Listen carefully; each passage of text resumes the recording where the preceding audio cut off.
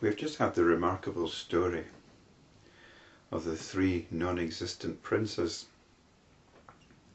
It's an absurd story because it's about three princes that don't exist. Well, does that make it absurd though? Because most stories are about things that don't exist. It's just that this story makes a point of telling us that all the elements within it don't exist as we go along. But what it's pointing out here, we still go along with this story though. We still follow the progress of the three princes through their, even though none of them have been born, and they eventually live in three non-existent palaces and meet three non-existent holy men with features which couldn't possibly exist. And they managed to eat a minus number of grains of rice. We still go along with this story though. We still try and hang in there and see where the story is going, even though it's patently absurd. And this is an interesting impulse we've got, isn't it? We want to get a story, we want to form a story, and we just love stories at every level. And this is every time we sit down and watch a television program, a film or a soap opera, or even a news program. It's all about stories. They allow us to get an idea about things. And along with the idea of story, you might think, well, these are just stories. Or you might disagree with what I said about the news. But you really are quite a down-to-earth, practical person, and you can decide, and you make a clear distinction between fact and fiction.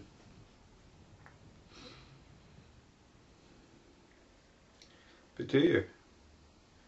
You might have religious beliefs.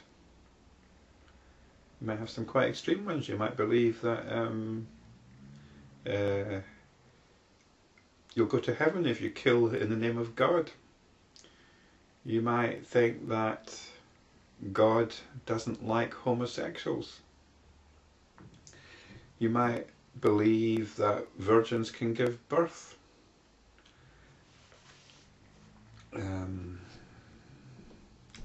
Who knows what you might believe? You might even believe in the law of gravity. What? The law of gravity? But surely that's a fact. The law of gravity is not a fact, it's just a description.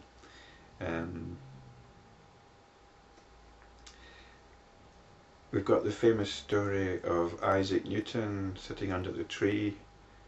Apple falls to the ground, and the brilliant aspect of Sir Isaac Newton was that he wondered why this should be so, whereas most of us just take it for granted.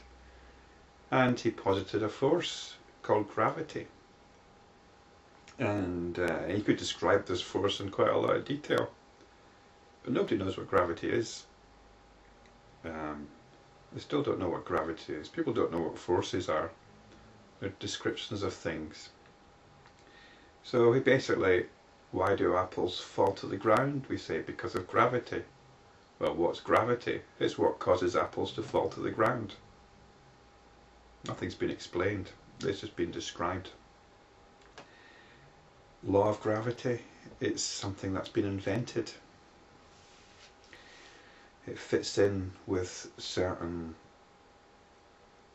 other ideas that we've got and helps us to build a story about things.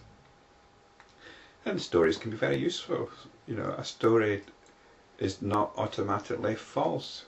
We say, when you make this distinction between story and fact, you're assuming that the story is automatically false, whereas perhaps the story can actually carry a greater truth than a straightforward fact.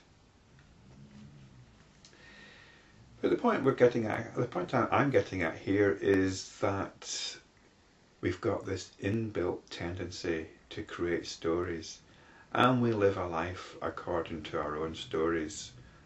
It doesn't even have to be beliefs or religious, but it doesn't have to be religious beliefs. It's a story about ourselves. We've got our own story about how we fit into the world, how we see our relationships with each other, how we see our existence in terms of the world that we live in. That's all part of our story. It's something that we've constructed. And this is our nature, to create stories. All reality, all our reality is a story that we tell ourselves and we reinforce ourselves. There's nothing wrong with this.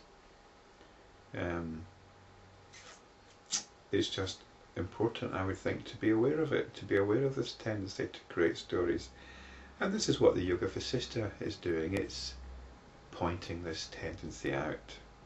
Pointing this tendency out to believe in the reality of our stories. Our stories are not reality.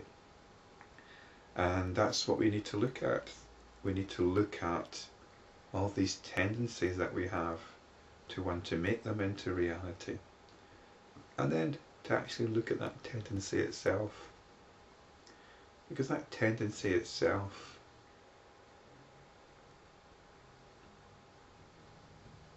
is rooted in the heart of our being. And it's that heart of being that we want to be in touch with.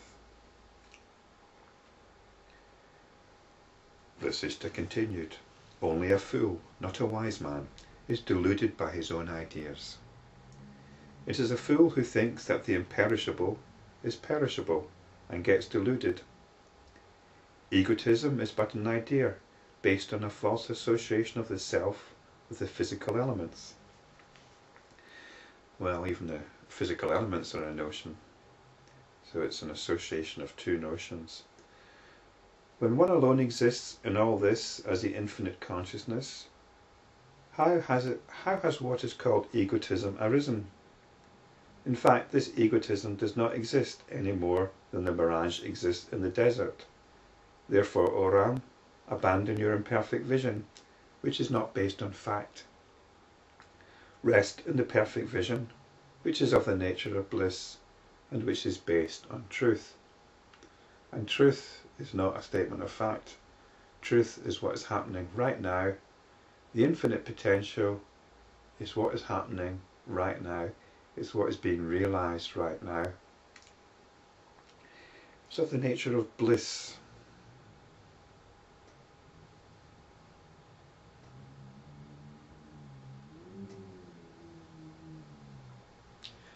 Well, personally, I don't know about that, but I think bliss has probably got more aspects to it than the simple word bliss might actually denote.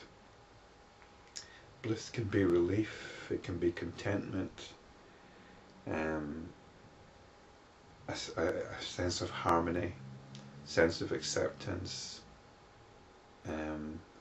It's not about disappearing up into a cloud of ecstasy.